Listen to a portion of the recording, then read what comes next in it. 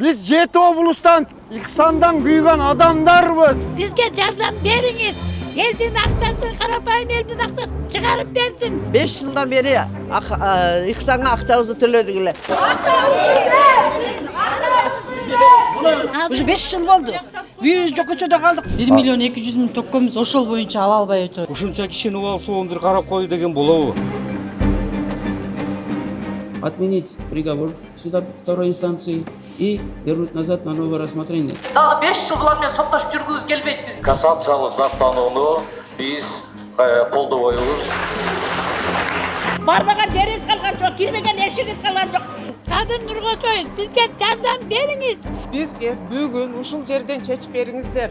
Силердин талапты аткарды. Ошо плакат көтөргөн кишилерге чара көрөбүз. Ичпей жебей топтогон тыйының болсо, анан кийин аферисттер алып койсо. Постановление окончательно обжалованию не подлежит. Урматтуу көрөрмандар, эгер ишине так, жоопкерчиликтүү жана ишенимдүү курулуш компанияны издеп жатсаңыз, анда Nobel компаниясына келиңиз. Үйүңүздү ашыкча башору кылбай, өз убагында жана сапаттуу бүтүрөт. Бардык документтери таза. Жетекчиси ак ниеттүү, абийирдүү ишкер. Баасына сапаты төп келген батирлерди Nobelден алыңыздар. Амансыздарбы көрөрмандар, булар жогорку соттун эшигинин алдында тургандар. Ихсан кооперативине алданып калып, акчасын ала албай жүргөн жарандар. Алар ушул жанагы турак жай алабыз деп акча төгүп ала албай мына 3-4 жылдан бери ушул соттун артынан жүрөт. Бул Ихсан турак жай кооперативинин директору Акина Бекмурзаева камалган. Бирок бизге жана соттун чечими чыкса дагы акчабызды өндүрүп бербей атат деп азыр мына жерде дагы сотко келиштер. Бүгүн ушул процессти чагылдыралы. Бул өтө убагында катуу чыккан компания чуусу дагы деле бүтө эле экен. Бүгүн эмне болуп атыптыр көрөлүчү.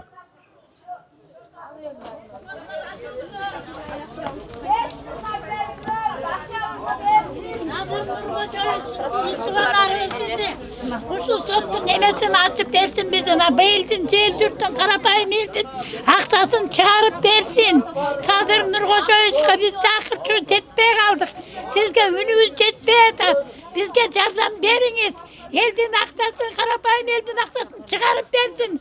Bu yerde ölgen kişiler var, azıratkan kişiler var, kvartira cesuratkan kişiler. Hazır elder kıynalıvatat. Hazır elder ayavay kıynalıvatat. Kıynalıvatat eller. Akçağızı çıkarıp vergilerçi. Sadır Nurgoçoy, bizge yardım veriniz. Elde iyiletmey, yardım veriniz. Apa siz kança akça төлөдүңүз эле бул Ben Ihsanга? $10.000 töküm. $10.000 töküp buna уже 5-ci günü götürüp жүрөм. Ayağında buna oğurlu olup kaldım. Sadır Nurgoçoy'uşka ben 1000 жолу бардым. Вообще кире албай койдум. Мен Миназарова Чидара. Уже 5 yıldan beri ошо Ихсанга акчабызды 5 yıldan beri Ихсанга акчабызды төлөдүк эле. Ошондо реклама кылганда Акинай айда жакшынакай реклама кылды. Демеле азыр 4-5 айда ала калабыз бар дегенден кийин баарыбыз мына 400 канча 500 кишидей дагы берки группа дагы бар. Ошондо мына 5 yıl болду. 5 yılдан бери эч кимдин иши жок. Садар Нургожоевичка кайрылдык, же кире албайбыз. Канча кишиси каза болуп кетти, канча киши ажырашып кетти из-за этой квартиры. Ошондо эми бул ушул чегибизге жеттик. Ушул элге карапайым элди тебелетпей, тептелетпей, ушул счетта ачып, биздин акчабызды берсин. Ушул биз сизге жете албай атабыз. Сиздердики азыр боюнча соттун өкүмү чыккан. Өкүмүбүз да бар. Чечим чыккан, аткаруу барактары чыккан. Бар.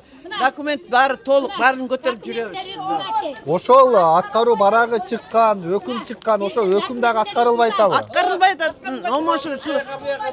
Суд исполнители ошол өкүмдү аткара албай атат.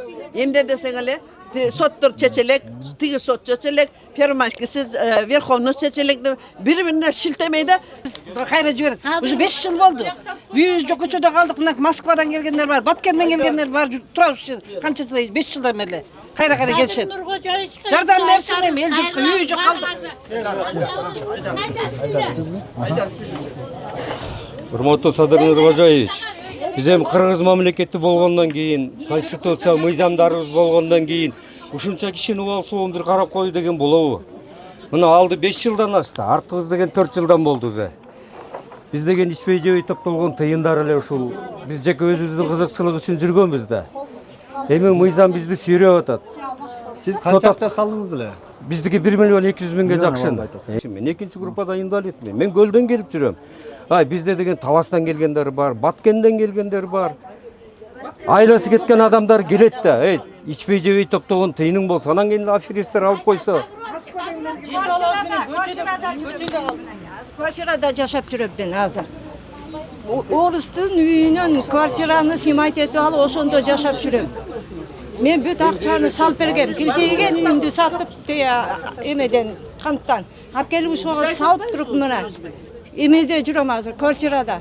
Тандын 7 обласынан чогулган жабыр тарткан адамдар акыркы үмүт менен мына жогорку соттон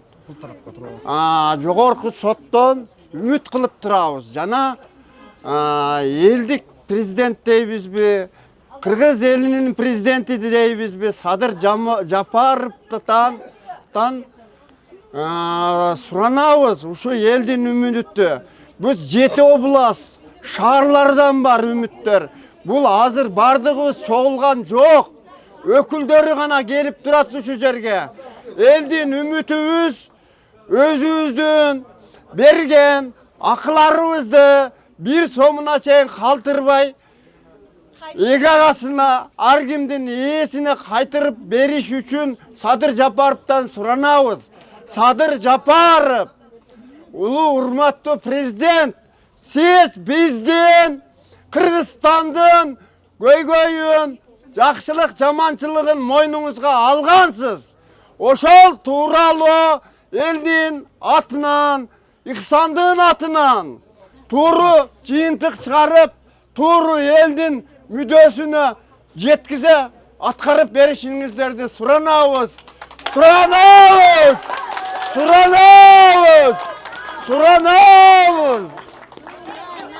Kızım dağı, men dağı ököbүздүн үйлөрүбүздү Кара-Балтадан сатып, мындай болуп аткандан кийин бияктан тамала коет экенбиз деп сатып өрүп, мына талаада калдык. Канча төлөдүң? Iya. Канча бердиңиз эле Ихсанга? Kızım миллион берген. Мен 500 берген. Ал эми кызым болсо, эки кызым менен Қазір Кара-Балтада там жашай турган жери жок, бул жерде квартиралап жүрүп, эки кызым менен ошону төлөй албай, қазір Италияга эки кызын алып кетти тентип. Мына ошо бизге окшогондор толтура. Канча адамга өндүрүп берилсин деген ошо? 438 болчу.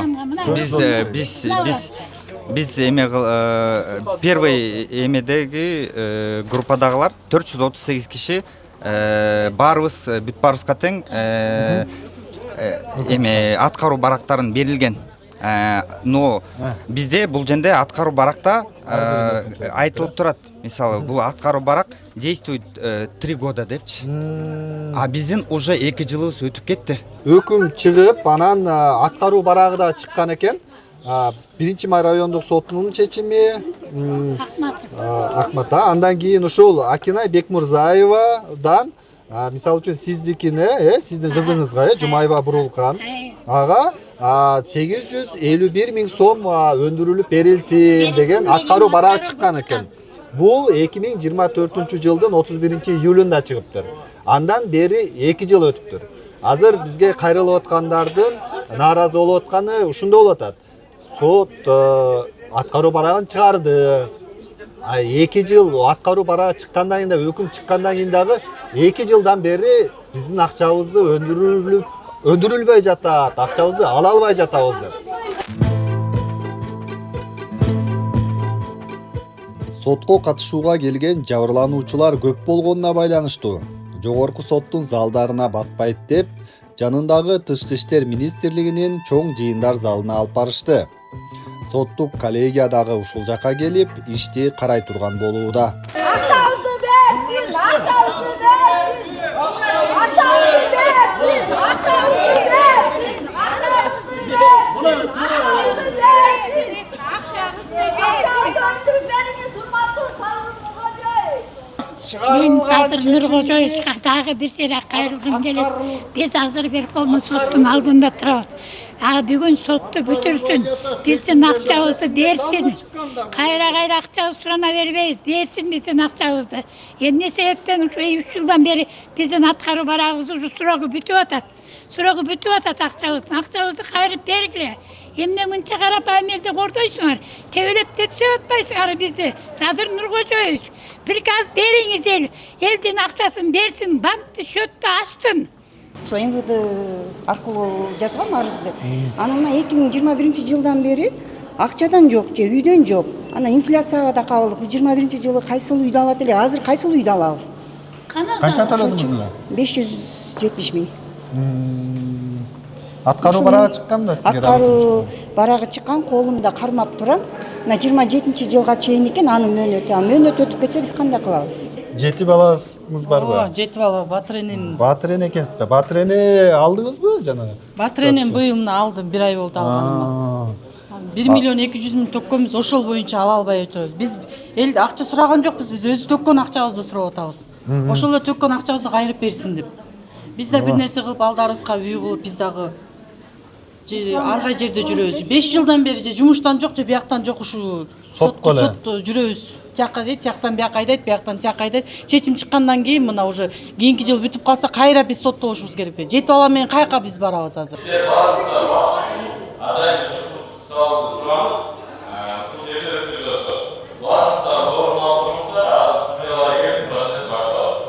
Бул иштин чоо жайы тууралуу айта турган болсок, 1 май райондук соту тарабынан Ихсан Групп турак жай кооперативинин негиздөөчүсү Акинай Бекмырзаева 12 жылга, башкы директору Эрмат Абылкасымов 11 жылга эркинен ажыратылган. Мал мүлкү конфискацияланып, жабырлануучулардын акчасын төлөп берүү өкүмү чыккан. Кийин 7 июнда Бишкек шаардык соту жаза мөөнөтүн азайтып, Бекмурзаеваны 10 жылга, Абылкасымовду 9 жылга камаган. Арадан 2 жыл өткөндөн кийин Ихсандын соттолгон жетекчилери жогорку сотко даттанып, өкүмдү жокко чыгарып, кылмыш ишин райондук сотто кайра башынан кароого жөнөтүүнү өтүнгөн. Эти 135 эпизодов, они возмещены. Но сейчас судебный исполнитель, если пойдет, будет еще раз повторно взыскать. По этому поводу я объясняю, что, значит, почему нужно это отменить и отправить назад. Чтобы проверить, эти 135 человек, они не были допрошены в городском суде. Их не спрашивали, однако городской суд, вынеся свой приговор и постановление, указывает, что все абсолютно, включая эти 135 человек, были допрошены и все доказательства установлены. 653 покупателей этих квартир должны деньги. В среднем, если по 1 миллиону посчитать, это будет 653 миллиона сомов. Но судебный исполнитель не сможет у них получить. Почему? Потому что есть закон, есть договор. По договору, значит, они имеют право заплатить только в течение 10 лет. Я что предлагаю? Я предлагаю отправить это дело назад в город. Не, подождите. Вы потом свое слово скажете, черт возьми. Соединить эти оба дела, просить, чтобы Абылкасымову и Бекмурзаеву, значит, вынести пробационный надзор, сделать собрание, собрать всех потерпевших, которые являются членами этого, создать комиссию и принять решение, что принять решение о досрочном возмещении покупателей квартир. Biz karşıyız. Bizge hakikatlik gerek. Akçamızı verseniz boldu. Başka bizge daha 5 yıl bulan men soktaşıp жүргүбүз келбейт биздин. Болду, elder çarçap бүттü. Birlik işenim sizlerge kaldı.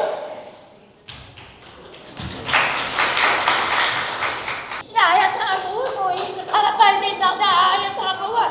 Yine ölümler var, yetimler var, yetimler var. Yine hayatına da. Hazır. Карасам мына апалар, эжелер баарыбыздан карып келатабыз. Биздин акчабызды берсин, бүгүн чечип бергенге аракет кылыңыз. Сизден райымды күтөбүз. Эми өткөндөгү нерсесин айтсам, Акинайдын ийнисин ушул чыгарды эле бизге немелерди машиналар бар, эмнелери сатылат силер деп бул болот. Эмне иштеп проблемаңар болсо жардам берет деп бир звонок кылсак албайт. Oyette bile çıkıp gitmiş. Daha bir varyantım da bu.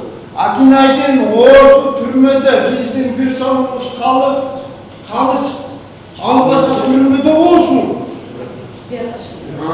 Türmede Akinay'ın bizden bir son pulumuzu vermeye gidecek özünün yok nemesini alış gerek kayda koşunca sottaşırız gerek biz. Biz kaçalım. Sizden ümitliyiz. Başka ümit yok. Tutkuatlasın. İşimizden ilgili kalıs demeçler gelişimizi sıranavız. Она именно обратно чаршты, они, он поможет. Где он вообще? Ничего не делает. Нету его нигде. От сюда до сюда одно и то же они говорят. Bizim aksamızı versin. Biz de tınç yaşayalım, tınç ölelim. Sen ne dersin? Ama aksamızda bir tırmadığımız oldu. Ne? Aplasyon karşılığı. Daha kim canlılaştırdı? Familiyanızda айтасыз? Кылчу биз бул сөздөрдү 5 жылдан бери айтып келатабыз. Мына акыркысы сиздерге келдик. Эми биз жаттап алган эле сөзүбүздү айтып атабыз да. Чечип бергиле, мынтип бергиле. Бизге бүгүн ушул жерден чечип бериңиздер. Бүт барынан чечилип келет, анан кайра эле ушул соттор эле өзүңөр эле бизди монтип айлантып атасыңар. Эч кандай бизге чечим болбой атат элге. Карапайым элге иштейби негизи. Бири чечет, бири жабат, бири ачат, бири жабат. Азыр биз баарыбыз сүйлөсөк, жаттап калган сөздөрүбүздү айтабыз. Биздин адвокатыбызга сөз берип коюңуздар, ушул жак сүйлөсүн. Биздин адвокатыбызга сөз бериңиздер. Баарыбыз ушул кишини колдойбуз. Бул жака каршымын мен. Акылбек кызы Гүлнара. Мына бул жерде жабырлануучулардын талабын уктук. Ошол эле талапты мен алардын бир бөлүгүнүн адвокаты катары мыйзам нугуна түшүрүп эле айтсам, кассациялык даттануунун ээси 135 адамга, жабырлануучуга келтирилген чыгым апелляциялык инстанцияда карап аткан учурда төлөнгөн экен, бирок иш алардын эпизоддору боюнча кыскартылбай калыптыр деген жүйөнү келтирип атат. Эгерде ошондой болсо, анда мыйзам талабына ылайык тактап кеткенде кылмыш жазык процессуалдык кодекстин 448, 505, 507 беренелердин талабына ылайык ушул жерге сиздерге макулдашуу жөнүндө келишимди алып келсе, ошол жабырлануучулар менен сиздер өкүмдү жокко чыгарбай эле, шаардык сотко кайтарбай эле бул жерден ошолордун эпизоду боюнча ишти кыскартып койгонго толук ыйгарым укугуңуздар бар. Ал эми андай келишим жок болсо, анда бул негиз болуп саналбайт. Апелляцияга кайтарыңыздар, анан ал жактан биз келишим алып келебиз дегендей. Жана бул деген жабырлануучулардын мындай шартына да туура келбейт. Биринчиден мыйзам талабына туура келбейт. Экинчиден шартына. Себеби бул жерде жабырлануучулар райондук сотко темселеп барып, убактысын кетирип жүрүштү, айла жоктон. Шаардык сотко, эми мына жогорку сотко келди, кээ бири региондордон келет. Анан бул эч туура келбейт бул кишилердин шарттарына. Ошондуктан кассациялык даттанууну негизсиз болгондуктан канаттандыруусуз калтырып, өкүмдөрдү күчүндө калтырып берүүнү сурайбыз. Рахмат.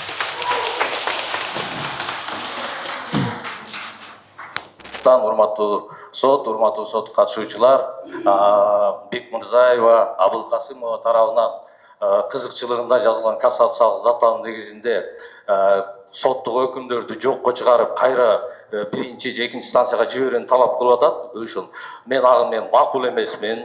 Кассациялык даттанууну биз колдобойбуз. Ошондуктан кассациялык даттанууну четке кагууну, соттолгондорго карата чыгарылган өкүмдөрдү күчүндө калтырууну сурайм. Урматтуу сот, болду биздин айтабыз.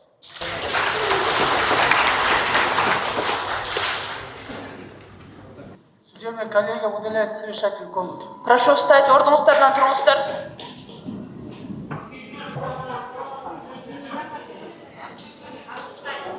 Урматтуу көрөрмандар, азыр жогорку сотто каралып аткан иш боюнча судьялардын курамы кеңешүү бөлмөсүнө чыгып кетти. Ихсан кооперативинин директоруна жетекчилигине бүгүн өкүм чыгары, акыркы чечим чыгары күтүлүүдө. Бул жакта жабырлануучулар, көптөгөн санда жабырлануучулар келген. Мына ушинтип жогорку соттун залына батпай калган үчүн мына Тышкы иштер министрлигинин имаратындагы чоң залга, мурдагы өкмөт үйгө келип атышат. Мындай учур көп кездешкен эмес, бул тарыхый да бир момент десек болот. Анткени мынча көп сандагы жабырлануучулардын иши каралып, бул мына жогорку соттун өзүнүн залына батпай, атайын мына Тышкы иштер министрлиги Нурдагы өкмөт үйүнүн залында өтүп жатат. Мен эсимде болгондордон жана 7-апрель окуясы боюнча сотто жанагы спорт ордосунда чоң залда өткөрүштү эле. Андан кийин эле мен эстеген окуя боюнча ушундай чоң залда өтүп атат. Бул Ихсан кооперативинен алдангандар 400дөн ашуун адам боюнча өкүм чыккан экен, жана арыз жазгандар боюнча эле. Азыр эми күтө туралы судьялар жогорку сотто кандай өкүм чыгарат экен, буларга төлөө чечимин чыгарабы, канча жаза берет, акыркы чечимди күтөлү. Эң акыркы чечим 24-жылы чыккан экен да, андан бери 2 жыл өтүптүр. Шаардык сотто чыккан экен. Эми 2 жылдан кийин жогорку сотто өкүмү каралып атат да. Бул 2 жылдан кийин даттануу бериштиби? Эмнеге мындай созулду? Негизи шаардык соттон өкүм чыкканда эле соттун өкүмү күчүнө кирген. Аткаруу баракчалары соттук аткаруучуларга кеткен. Бирок кассациялык тартипте айыпталуучу тарап же анын жактоочусу мындай чектөөсүз мөөнөттүн аралыгында жогорку сотко кайрылса болот. Мына ошол укугу менен пайдаланып, айыпталуучулардын адвокаты бул жака кассациялык тартипте мурда чыккан өкүмдөргө карата даттануу менен кайрылыптыр. Ал өзүнүн талабында, даттануусунда өкүмдөрдү жокко чыгарып, кайра артка кайтарып бериңиз, себеби бул жерде көп эпизод да, баягы дольщиктер көп, анан ошонун 135-ине келтирилген чыгым төлөнгөн экен, бирок иш кыскартылбай калыптыр алар боюнча. Өкүм чыгып кетиптир. Кошумча кайрадан өндүрүлүп калыптыр суммалар деген жүйө менен жокко чыгарып берүүнү сурады. Бирок мыйзам талабына ылайык андай учурда баягы сумма чыгым төлөнгөн болсо, макулдашуу жөнүндө келишим түзүлүш керек. Айыпталуучу менен жабырлануучунун ортосунда. Аны сотко бериш керек. Анан сот жогорку сот болобу, шаардык сот болобу, райондук сот болобу, келишим негизинде ишти кыскартканга кээ бир иштер боюнча укугу бар. Ошондуктан бул жерде эгерде келишим болсо, мына жогорку сотко деле берсе, бул жерден кыскартып коймок. Анан артка кайтаргыла деген бул мыйзам талабына туура келбеген талап болуп калды да. Мындан сырткары Оштогу филиал боюнча дагы бир кылмыш иш райондо каралып бүтүп, анан күнөөлүү деп таанылып, бул өкүм боюнча берилген срокко дагы бир аз срок кошулуп, жаза мөөнөтү дагы да көбөйтүрүлүп, эми мен адашпасам азыр шаардык сотто соттук териштирүү жүрүп жатат. Дагы башка боюнча. Ал жакта канча жабырлануучу бар? Ал жерде деле бир 300дөн ашык болсо керек, адашпасам. Мен так ал жака катышпагандыктан так саны менде жок да. Анан мындай. Бул жерде азыр мына өкүм күчүнө киргенине карабастан, аткаруу баракчалары сот аткаруучуларга жеткенине карабастан, бул жабырлануучулар акчаларын ала албай атат. Себеби ошол экинчи иш каралып бүтмөйүнчө сот аткаруучулар айтып атат, биз акчаны банктагы эсебинен алып силерге тарата албайбыз. Себеби силерге таратып салсак, экинчи иш боюнча жабырлануучулар акча ала албай, бир да сом ала албай калышат деген жүйө менен азыр аткаруу жагы токтоп турат. Ошого токтоп турат экен аткаруу. Бул акчасы бар экен негизи эсебинде? Негизи эсебинде канча так сумма бар, ал азыр бизге белгисиз. Себеби ал жерге баягы дольщиктерден бүгүнкү күндө үй алып төлөп аткандардан түшүп турат да ар дайым. Сондуктан сумма белгисиз, бирок бар деген маалымат бар. Бар деп атат. Бирок мындай баарына бөлгөндө аз эле тийип калат го. Баарына толук суммада жетиши кыйын. Жок, кыйын андай. Биздеги маалымат боюнча кыйын. Ошол жагы да чоң көйгөй жаратат. УПК Кыргызской Республики, судебная коллегия Верховного суда постановила приговор судебной коллегии по уголовным делам о правонарушениях Бишкекского городского суда от 7 июня 2026 года в отношении Бекмурзаевой, Акинай Турабековны и Абулкасыма Ермата Камчыбековича оставить в силе. Кассационную жалобу адвоката Манюкяна оставить без удовлетворения. Постановление окончательно обжалованию не подлежит. Председатель судьи подписи. Понятно постановление суда. На этом судебное заседание объявляется закрытым.